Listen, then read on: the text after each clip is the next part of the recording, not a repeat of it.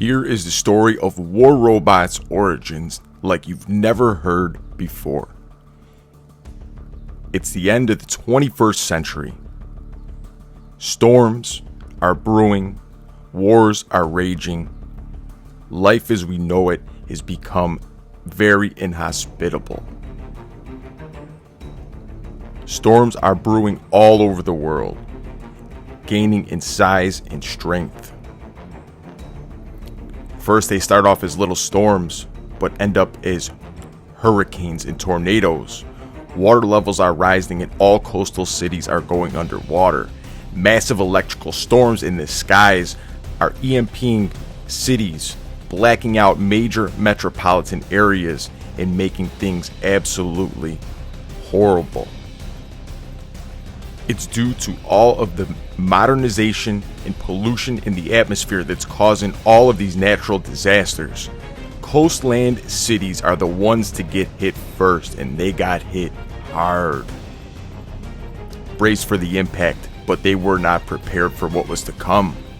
These superstorms covered entire continents. Wildfires burnt. Volcanoes smoldered and erupted. Earthquakes decimated cities. People tried to find cover where they could, going into shelters and bunkers to escape the inhospitable elements on the outside.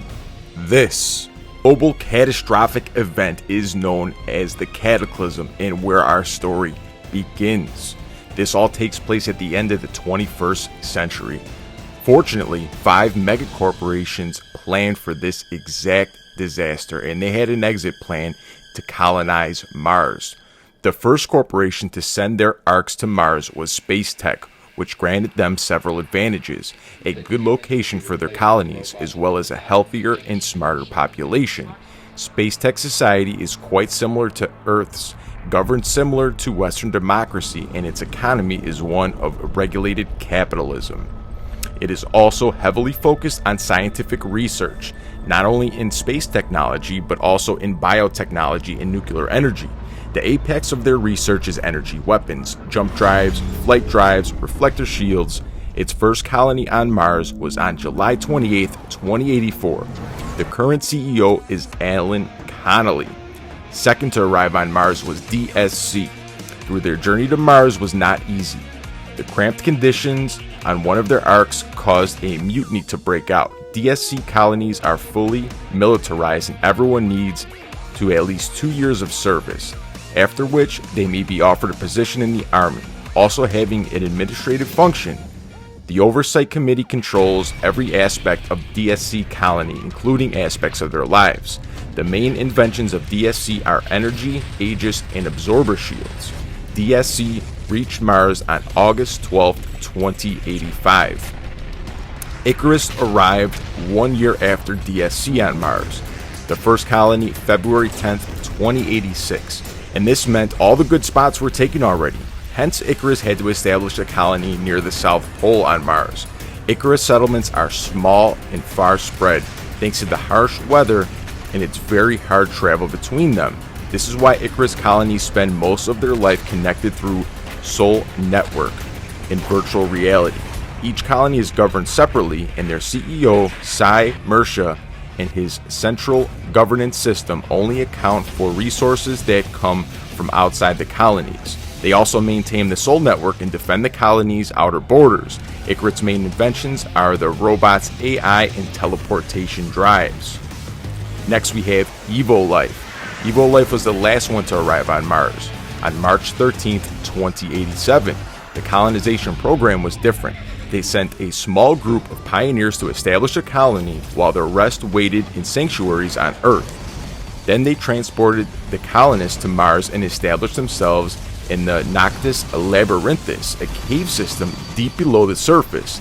After they were prepared with a viable environment, EvoLife is focused on biotechnology and body augmentations. For this reason, people from EvoLife have obvious physical differences from the rest.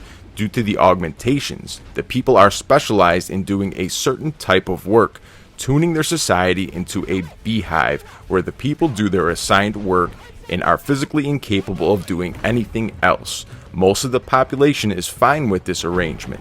The rebels are marked as antisocial and exiled. The current CEO of EvoLife is Amaya Lavina.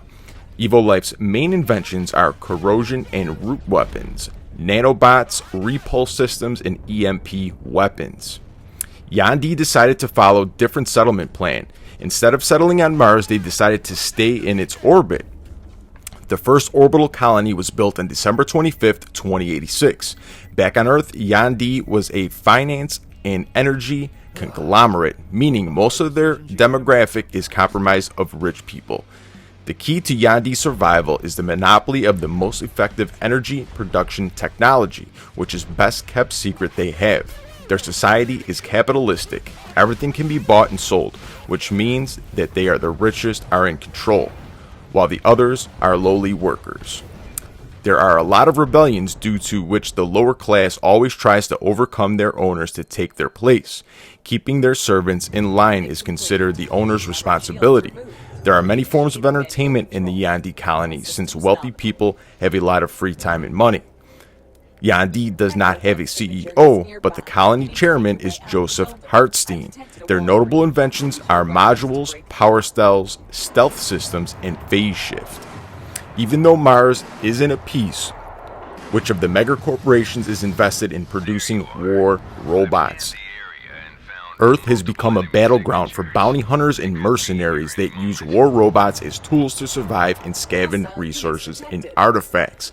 Earth is basically one big battleground for war robots. They fight for money, glory, and tournaments for sport. With this short history, and I hope to see you guys on our birthday event stream this Saturday. See you on the battlefield, Commanders.